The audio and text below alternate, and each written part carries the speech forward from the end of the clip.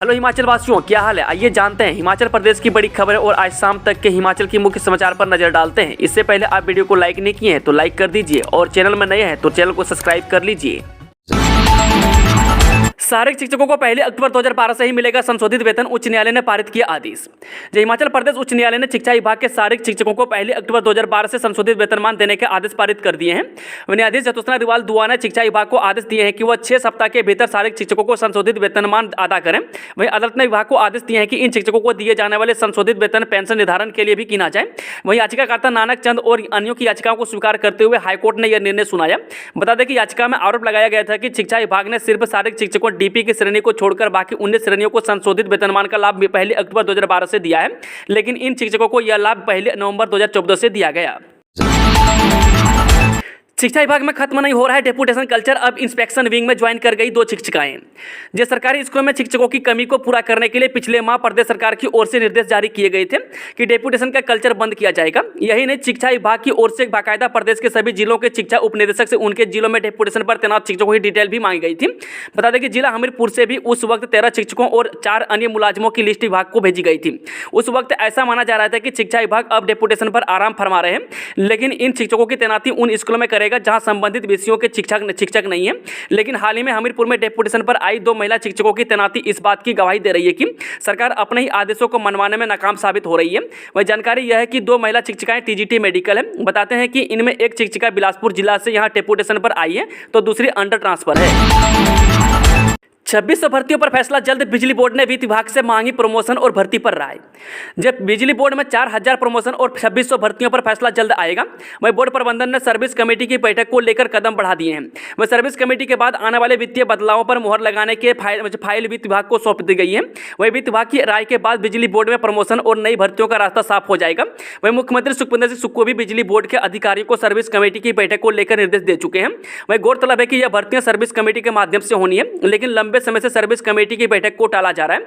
लेकिन service committee से जुड़ी फाइल को सचिवालय में वित्त विभाग से मंजूरी नहीं मिल पा रही है। ऑक्शन रिकॉर्डर परीक्षा पर भी होगी एफआईआर, पेपर लीक मामले में अभी और होंगी गिरफ्तारियां। जो कर्मचारी चयन आयोग हमीरपुर द्वारा आयोजित की गई ऑक्शन रिकॉर्डर की परीक्षा में भी विजिलेंस एफआईआर दर्ज करेगी। वह पेपर लीक मामले में विजिलेंस अभी और भी गिरफ्तारियां करेगी। बता दें कि विजिलेंस ने प्रदेश सरकार से ऑक्शन रिकॉर्डर, जेई सिविल और जेओआईटी पोस्ट कोड 817 3 पोस्ट में एफआईआर दर्ज करने के लिए परमिशन मांगी है। वहीं आरोपी महिला उमा आजाद के बेटे ने भी ऑक्शन रिकॉर्डर की परीक्षा में टॉप किया है। बता दें कि आयोग के कई कर्मचारी विजिलेंस के रडार पर हैं। विजिलेंस ने पेपर लीक मामले में अब तक आयोग के कर्मचारियों और उनके रिश्तेदारों सहित करीब 20 लोगों को गिरफ्तार किया है। वहीं एसआईटी की जांच में कई अहम खुलासे हुए हैं। गौर हो कि बीते दिनों विजिलेंस ने सचिवालय लिपिक पोस्ट कोड 962 में एफआईआर दर्ज की थी। बिजली बोर्ड में 1550 कर्मचारी पक्के, 2 साल अनुबंध पूरा करने वाले की अधिसूचना जारी। जब बिजली बोर्ड ने अनुबंध पर तैनात कर्मचारियों को नियमित करने का फैसला किया है, इस बारे में अधिसूचना जारी की गई है। वहीं बिजली बोर्ड के इस फैसले के बाद बीते 2 साल से अनुबंध पर कार्य कर रहे करीब 1300 कर्मचारी अब नियमित हो पाएंगे। इसके अलावा 250 हेल्पर भी इस अधिसूचना के बाद नियमित होने जा रहे हैं। वहीं बिजली बोर्ड में 1550 कर्मचारियों का इंतजार खत्म हो गया है। इन सभी कर्मचारियों को नियमित होने का लाभ 1 अप्रैल से मिलेगा। भाजपा की राजनीति को जनता ने नकारा, डिप्टी सीएम बोले लोगों ने सरकार की नीतियों पर जताया भरोसा। जब उप मुख्यमंत्री मुकेश अग्निहोत्री ने कहा कि शिमला नगर निगम चुनावों में जनता ने भाजपा की नकारात्मक राजनीति को नकार दिया है। उन्होंने कहा कि कांग्रेस ने प्रदेश में जीत की हैट्रिक बनाई है। वही जनता ने प्रदेश सरकार की 5 माह की नीतियों व कार्यक्रमों से सहमति जताते हुए कांग्रेस पर भरोसा जताया है। बता दें कि ऊना में जारी वक्तव्य में मुकेश अग्निहोत्री ने कहा कि भाजपा नेतृत्व में हमेशा ही नकारात्मक राजनीति की है। वही भाजपा जब प्रदेश में सत्ता में थी तो जनता के हित के लिए कोई काम नहीं कर पाई। अब कांग्रेस पार्टी की प्रदेश में सत्ता है तो जनता के हित में लिए जा रहे फैसलों में अड़ंगे डालने का काम कर रही है। कहां है भाजपा का ऑपरेशन लोटस? कैबिनेट मंत्री हर्षवर्धन के साथ रोहित ठाकुर ने विपक्ष से पूछा सवाल। जब शिमला नगर निगम में प्रचंड जीत के बाद मुख्यमंत्री सुखविंदर सिंह सुक्खू के 2 कैबिनेट मंत्रियों ने शुक्रवार को मीडिया से बात की। बता दें कि राज्य सचिवालय में उद्योग मंत्री हर्षवर्धन सिंह चौहान और शिक्षा मंत्री रोहित ठाकुर ने भाजपा के दावों पर भी पलटवार किया। वहीं उद्योग मंत्री हर्षवर्धन सिंह चौहान ने भाजपा से पूछा कि उनका मिशन लोटस कहां है। कहा जा रहा था कि नगर निगम चुनाव में हार के बाद सरकार गिर जाएगी। वहीं हर्षवर्धन सिंह चौहान ने कहा कि यह जनादेश मुख्यमंत्री सुखविंदर सिंह सुक्खू के काम पर मुहर है और उनकी लीडरशिप को स्थापित करने वाला है। प्रदेश में आज से फिर 3 दिन बारिश। मौसम विभाग ने 10 जिलों में जारी किया ऑरेंज अलर्ट, ओले भी बरसेंगे। हिमाचल में शनिवार से मौसम फिर बदलने वाला है। वहीं मौसम विज्ञान केंद्र शिमला ने प्रदेश में भारी बारिश एवं ओलावृष्टि की आशंका जताई है। बता दें कि बारिश व ओलावृष्टि को लेकर 6 मई को प्रदेश के 10 जिलों में ऑरेंज अलर्ट जारी किया है। इसमें शिमला, मंडी, कुल्लू, कांगड़ा, ऊना, बिलासपुर, हमीरपुर, चंबा, सिरमौर और सोलन जिला शामिल है। इन क्षेत्रों में तेज बारिश होने के आसार हैं। वहीं 6 जिलों में तेज बारिश के साथ साथ ओलावृष्टि की आशंका भी जताई गई है। वहीं मौसम विभाग ने ऊना, बिलासपुर, हमीरपुर, कुल्लू, मंडी व शिमला जिला के कई स्थानों पर ओलावृष्टि का ऑरेंज अलर्ट जारी किया है। ऑपरेशन त्रिनेत्र ने राजौरी में ले लिया 5 शहीदों का बदला। मुठभेड़ में 2 आतंकवादी हलाक। जम्मू कश्मीर के राजौरी और बारामूला जिला में सुरक्षा बलों ने शनिवार को मुठभेड़ में 2 आतंकवादियों को मार गिराने में सफलता पाई है।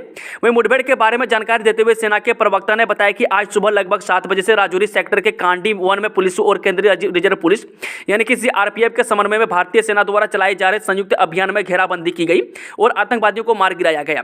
उन्होंने बताया कि मुठभेड़ में 1 आतंकवादी ढेर हो गया और 1 अन्य घायल होने की आशंका है। वहीं सूत्रों के अनुसार रक्षा मंत्री राजनाथ सिंह मुठभेड़ स्थल का दौरा कर सकते हैं। बेटों की शहादत पर रोया हिमाचल। जम्मू कश्मीर के राजौरी सेक्टर में सिरमौर, कांगड़ा के जवान देश पर कुर्बान। जम्मू कश्मीर के राजौरी सेक्टर में शहीद हुए हिमाचल प्रदेश के जवानों की खबर सुनते ही राज्य में शोक की लहर दौड़ गई। वहीं दोनों जवानों में से एक सिरमौर जिला के सिलाई गांव के रहने वाले थे। वहीं दूसरा कांगड़ा जिला के धीरा उपमंडल की पंचायत मोरू में रहते थे। वहीं बता दें कि कांगड़ा के अरविंद नाइन पैरा कमांडो में कुपवाड़ा में तैनात थे।